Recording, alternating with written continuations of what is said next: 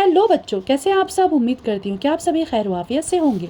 बच्चों, आज की इस वीडियो में हम सभी क्लास 8 की उर्दू की किताब अपनी ज़बान का सबक नंबर 15 वतन की तरफ वापसी पढ़ेंगे। इस चैप्टर को हम सभी बहुत ध्यान से सुनेंगे और इसका मैं यहाँ पे खुलासा करूँगी। पूरा चैप्टर रीड नहीं कराऊंगी, नहीं वीडियो बहुत लंबी हो जाएगी। आप सभी इस सबक को बहुत ध्यान से सुनेंगे, फिर इसके बाद हम सभी सवाल जवाब को हल करेंगे और साथ में ग्रामर को भी। शुरू करने के पहले आप सभी चैनल को लाइक, सब्सक्राइब, शेयर और बेल आइकन को ज़रूर प्रेस कर लीजिएगा ताकि इंपॉर्टेंट वीडियोस आप तक पहुंचती रहे। चलिए शुरू करते हैं। गांधी जी का पूरा नाम मोहनदास करमचंद गांधी था। आपसे सवाल पूछा जा सकता है कि गांधी जी का पूरा नाम क्या था, तो गांधी जी का पूरा नाम मोहनदास करमचंद गांधी था। उनकी पैदाइश पोरबंदर यानी गुजरात में 1869 में हुई। उन्होंने लंदन से बैरिस्ट्री की तालीम हासिल करके जनूबी अफ्रीका के शहर नटाल में वकालत शुरू की। जब गांधी जी की वहाँ के लोगों से अच्छी तरह वाकफियत हो गई और उन्हें ये एहसास हो गया कि लोगों को उनकी ज़रूरत है, तो उन्होंने सोचा कि क्यों ना अपने बीवी बच्चों को भी यहाँ ले आऊं और यहीं मुस्तकिल सुकूनत इख्तियार कर लूं। फिर ये सोचा कि अपने वतन हिंदुस्तान जाकर लोगों को जनूबी अफ्रीका के हालात से वाकिफ़ कराऊं और यहाँ के हिंदुस्तानियों का हमदर्द बनूं, तो कुछ कौमी खिदमत भी हो जाएगी। लेकिन जनूबी अफ्रीका में अंग्रेज़ मकामी सियाह फाम लोगों और वहाँ आबाद हिंदुस्तानी लोगों पर तरह तरह के जुल्म करते थे। क्यों करते थे? क्योंकि जो अंग्रेज़ थे वो गोरे थे और जो अफ्रीकन लोग होते थे वो थोड़े से काले होते थे, यानी सियाह फाम होते थे, और हिंदुस्तानी लोगों का भी रंग थोड़ा सा सांवला होता था, जिसे अंग्रेज़ बिल्कुल पसंद नहीं करते थे। उन लोगों की बहुत से इलाकों में दाखिल होने की इजाज़त नहीं थी, यानी जो काले लोग थे उनको हर जगह हर तरह की सहूलियत नहीं मिलती थी। यहाँ तक कि सवारियों के आला दर्जे में भी सफ़र करने से भी उन्हें रोका जाता था। यानी जैसे इस टाइम ट्रेन है, फर्स्ट सेकेंड थर्ड कोच होती है, तो उस टाइम जो काले लोग होते थे उनको स्पेशल जो आला दर्जे के सफ़र करने के डिब्बे होते थे उसमें उनको बैठने नहीं दिया जाता था। उन्हें तरह तरह की सज़ाएं दी जाती थी और उन पर नाजायज़ जुर्माने लगाए जाते थे। गांधी जी को ये बात कतई पसंद नहीं थी, बिल्कुल कतई मतलब बिल्कुल भी पसंद नहीं थी। उन्होंने सोचा कि जब तक उनके खिलाफ आवाज़ न उठाई जाए मैं चैन से नहीं बैठूंगा। यानी गांधी जी को ये बात बहुत बुरी लगी और उन्होंने कहा कि ये काले गोरे का क्या भेदभाव है, ये बहुत गलत है, बहुत ही ज़्यादा गलत है, इसके खिलाफ तो मैं आवाज़ उठाऊंगा। गांधी जी ने सोचा कि वतन जाने के बाद मेरे पीछे कांग्रेस और तालीमी अंजुमन का काम कौन संभालेगा। यूं तो वहाँ बहुत से ताजिर मौजूद थे, लेकिन ऐसे लोगों की ज़रूरत थी जो बाकायदा तौर पर सेक्रेटरी के फ़राइज़ अंजाम दे सकें। फ़राइज़ बोलते हैं बेटा फ़र्ज़ की जमा को, ठीक है। उस वक्त गांधी जी की नज़र में दो अशख़ास थे, अशख़ास यानी शख्स की जमा, आदम जी मियाँ खां और पारसी रुस्तम जी। जनूबी अफ्रीका के हिंदुस्तानियों में इज्जत की निगाह से देखे जाने वाले अशख़ास आदम जी मियाँ खां को सेक्रेटरी बनाया गया। आदम जी मियाँ खां के इस्तेक़लाल, फ़याज़ी, मुरव्वत और इखलाक से सब लोग खुश थे। यानी जो आदम जी मियाँ खां थे वो बहुत ही फ़याज़ी सिफत के मालिक थे, बहुत उनके अंदर मुरव्वत थी, उनका इखलाक बहुत अच्छा था, उनसे हर कोई बहुत खुश रहता था। 1896 यानी 1896 में पंगोला जहाज से गांधी जी अपने वतन रवाना हुए। सफ़र के दौरान दो अंग्रेज़ अफसरों से उनकी बेतकल्लुफ़ी हो गई, यानी दोस्ती हो गई। जहाज़ के डॉक्टर ने गांधी जी को बेमुअल्लिम के तमिल सिखाने वाली एक किताब दी, यानी बेमुअल्लिम के तमिल, जिसको तमिल की किताब थी, वो तमिल सिखाई जाती थी, वो एक किताब दी। गांधी जी ने बाकायदगी से उस किताब का मुताला किया, बहुत अच्छे से उसको पढ़ा।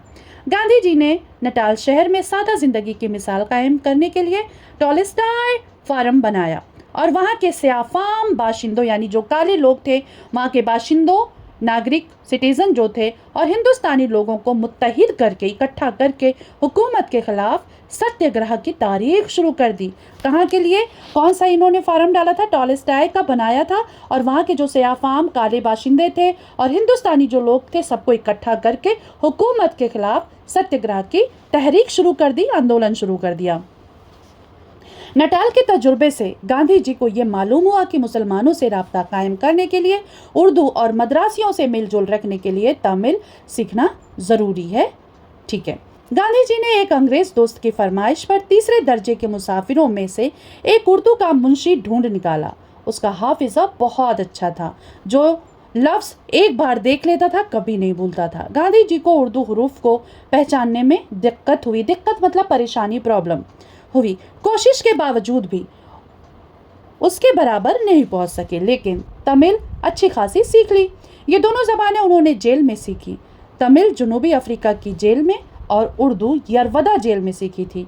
कौन से जेल में? यरवदा में उर्दू सीखी थी और जनूबी अफ्रीका की जेल में तमिल सीखी थी।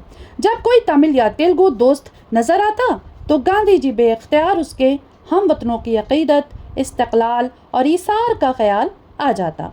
जनूबी अफ्रीका में नस्ली इम्तियाज़ की लड़ाई में गरीब और अनपढ़ दिलो जान से शरीक थे। यानी जनूबी अफ्रीका में जो नस्ली इम्तियाज़ की लड़ाई थी उसमें गरीब और अनपढ़ जो जाहिल थे वो जानो जान से शरीक थे, हर हाल में अपनी जान देने को कुर्बान थे।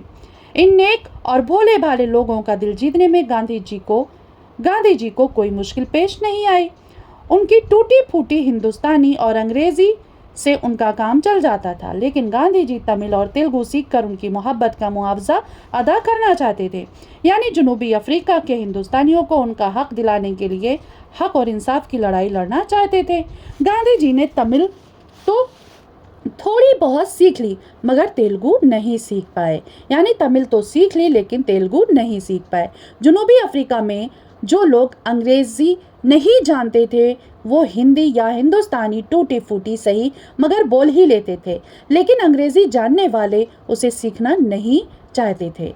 20 दिन बाद ये सफ़र ख़त्म हुआ। यानी जो सफ़र पर थे गांधी जी, इनका 20 दिन तक का इनका सफ़र चला था और गांधी जी कलकत्ता पहुंच गए। यानी 20 दिन के बाद कलकत्ता पहुंचे थे। इसी दिन रेल से मुंबई के लिए रवाना हो गए थे।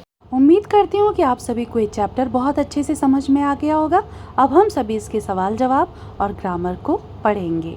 तो सबसे पहला सवाल है, गांधी जी जनूबी अफ्रीका में क्या काम करते थे? गांधी जी जनूबी अफ्रीका में वकालत का काम करते थे। किसका काम करते थे? वकालत का काम करते थे। जहाज़ के सफ़र में गांधी जी की किन लोगों से दोस्ती हुई थी? तो जहाज़ में सफ़र के दौरान गांधी जी की दोस्ती 2 अंग्रेज़ अफसरान से हुई थी, यानी 2 अंग्रेज़ी अफसरों से हुई थी। गांधी जी ने उर्दू ज़बान सीखने के लिए किससे मदद ली?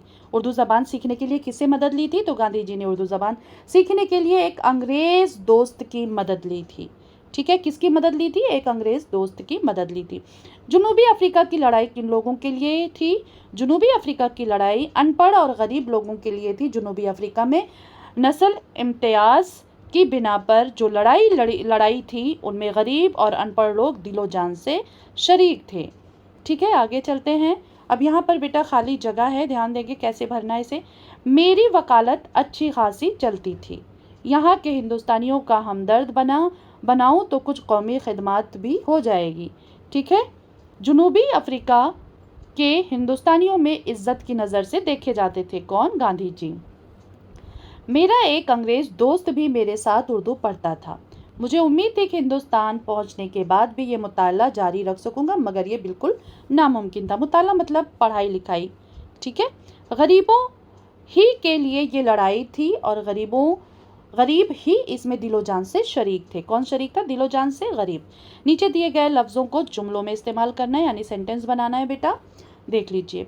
इज्जत, हमें सबके साथ इज्जत व एहतराम से पेश आना चाहिए या हमें बड़ों की इज्जत करनी चाहिए। इखलाक, हुजूर के इखलाक बहुत अच्छे थे, या फिर हमें अपने इखलाक अच्छे रखने चाहिए। हर किसी के साथ आप इखलाक से बात करें। अजीज़, अपने अजीज़ को तकलीफ़ पहुंचाकर तुमने अच्छा किया। अपने अजीज़ को तकलीफ़ पहुंचाकर तुमने अच्छा किया, बल्कि नहीं, अच्छा नहीं किया।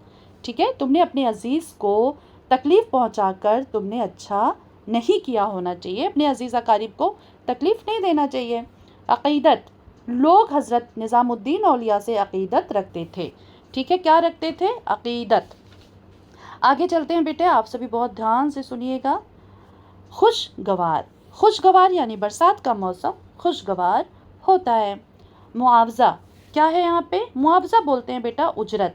यहाँ मुराद है बदला, मुआवजा कहते हैं ना, इसका मुआवजा हमें दे दीजिएगा, बदला जिसको बोलते हैं, उजरत बोलते हैं। मजदूर का मुआवजा उसका पसीना सूखने से पहले दे देना चाहिए। मुआवजा यानी जो मजदूर ने काम किया उसके बदले में उसके मेहनताना जो पैसा होता है, मुआवजा होता है, उसे दे देना चाहिए। अब आते हैं बेटा वाहिद जमा की तरफ, ध्यान देंगे आप सभी कैसे करना है। देखिए, कारकुन कारकुनों, नुकसान नुकसानात, ख्याल ख्यालात, उम्मीद उम्मीदें, ताजिर, यहाँ पे उम्मीद उम्मीदें। अभी देखिए यहाँ पे इधर जमा आ गया, ताजिरों ताजिर, ताजिर क्या है, वाहिद है। हम वतनों जमा है, हम वतन जमा वाहिद है। इख्तियारात जमा है, इख्तियार क्या है, वाहिद है। तो इस तरीके से एग्ज़ाम में दे देंगे, 8-10 अल्फाज दे देंगे और कहेंगे कि इसमें से वाहिद जमा छाट के अलग करिए, ऐसे भी दे देंगे या फिर आपको बनाने के लिए भी दे दें। तो